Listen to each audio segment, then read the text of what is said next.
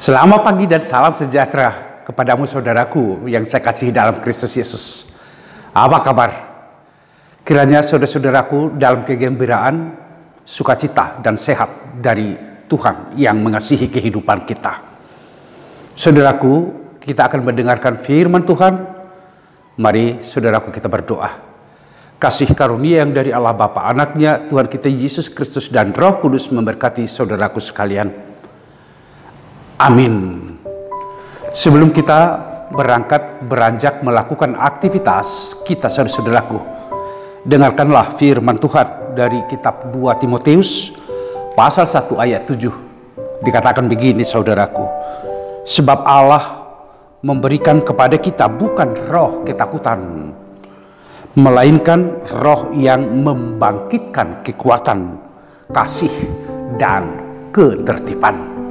Demikian saudaraku, sungguh firman ini memotivasi kita dan menjadi inspirasi bagi kita saudaraku untuk melakukan aktivitas yang akan kita lakukan baik kini maupun pada masa-masa yang akan datang. Saya katakan ini memotivasi kita karena dengan firman ini kita diberi sebuah keteguhan hati bahwa Tuhan selalu menyertai kita, bahwa Tuhan selalu melindungi kita. Bahkan melalui dan di dalam Tuhan kita diberikan sebuah keyakinan diri untuk melakukan setiap aktivitas yang akan kita lakukan. Ada satu istilah yang kita sering dengarkan pada saat-saat ini yang disebut dengan insecure. Jadi insecure ini suatu keadaan di mana seseorang merasa dan melihat dirinya tidak mampu. Ada rasa minder atau saya tidak mampu, tidak bisa melakukan itu. Dia dikuasai oleh roh ketakutan untuk mengaktualisasikan dirinya dalam sebuah dunia kerja atau dunia aktivitas lainnya.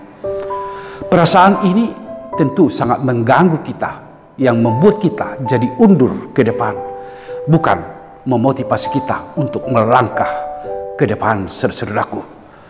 Rasul Paulus mengingatkan kepada Timotius, seorang yang muda dalam pemberitaan Injil itu sendiri saudaraku, supaya dia jangan insecure, merasa takut, merasa tidak mampu, atau merasa minder dengan keadaannya sebagai seorang yang muda. Benar, itu menjadi sebuah pertimbangan.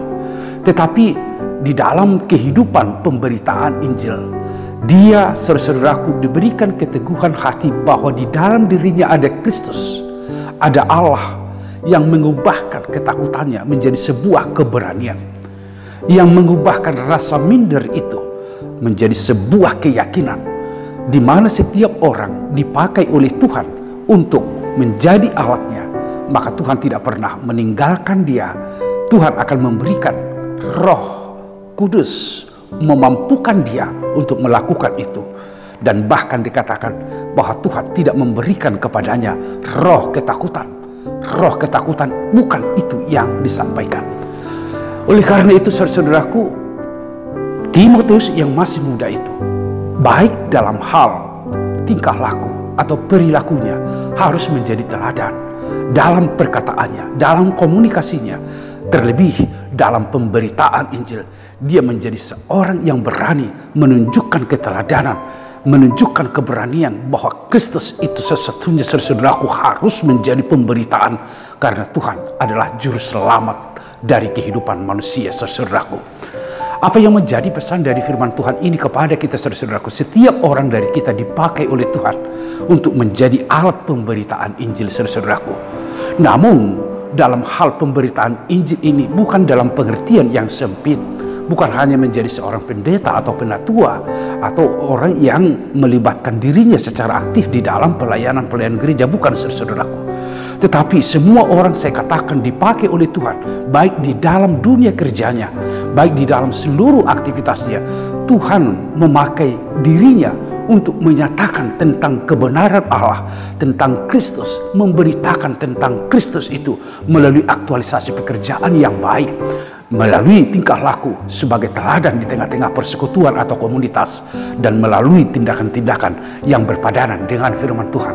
Dengan demikian, kita semua adalah orang yang dipakai oleh Tuhan untuk menyatakan kerajaan Allah, menyatakan kehendak Allah, di mana adil dan benar menjadi buah dari kehidupan kita, di mana sukacita menjadi buah dari kehidupan kita.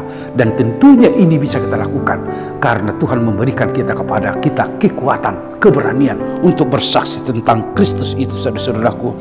Tuhan memberikan dan membangkitkan dan memberikan kepada kita kekuatan, kasih dan ketertiban. Ketiga hal ini, saudara-saudaraku, tentu menjadi sebuah perayaan kehidupan di mana setiap orang memiliki sebuah keberanian untuk menyatakan apa yang menjadi kebenaran di dalam kehidupan. Maka di sana dia sudah diteguhkan sebagai pelaku dari kerajaan Allah. Kasih dan ketertiban itu dua hal yang betul-betul secara vertikal dan secara horizontal itu menjadi sebuah pesta atau perayaan kehidupan. Di mana ada kasih, di sana ada Tuhan. Di mana ada Tuhan, di dalam dirinya ada kasih, saudaraku. Di mana ada ketertiban, keteraturan, di sana dia sudah melakukan sebuah keteladanan. Sehingga Tuhan mengajak kita semua melalui firman ini, mari saudaraku, nyatakan dan berani selalu memberitakan firman Tuhan. Mari saudaraku, berusaha hidup di dalam kasih, dan mari hidup kita tertib. Artinya ada penguasaan diri, artinya kita mengekang apa yang menjadi keinginan kita dan mengutamakan apa yang menjadi kehendak Kristus di dalam diri kita. Selamat beraktivitas, saudara-saudaraku, bersukacitalah, dan Tuhan memberkati pekerjaan. Amin. Terima kasih ya Tuhan atas firman yang telah menyapa kami. Terpujilah namamu. Biarlah firman ini memberikan kami semangat yang baru, motivasi yang baru, sehingga di dalam menyatakan apa kebenaran firman Tuhan, kami tidak takut, karena Tuhan membangkitkan kepada kami kekuatan, kasih dan ketertiban. Sertai dan berkatilah umat-Mu yang akan melakukan aktivitasnya. Biarlah di dalam seluruh dinamika kehidupan mereka menjadi berkat bagi semua orang. Terima kasih, terpujilah namamu dalam Yesus Kristus. Amin. Anugerah dari Tuhan kita Yesus Kristus, kasih setia dari Allah Bapa, serta persekutuan Roh Kudus memberkati saudaraku. Amin. Saudaraku, lakukanlah aktivitasmu. Mari bekerjalah sesuai dengan apa yang Tuhan kehendaki. Tuhan memberkatimu, saudaraku.